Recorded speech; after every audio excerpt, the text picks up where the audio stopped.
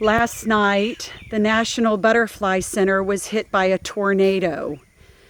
Max and I have been walking around surveying the damage, and this is just one spot on the trail to give you an idea of how the trees were broken and twisted off.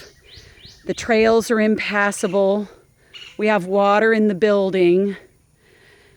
The guys are busy clearing as much as they can, but we have round 2 starting this afternoon and going through tomorrow evening. So please keep us in your thoughts.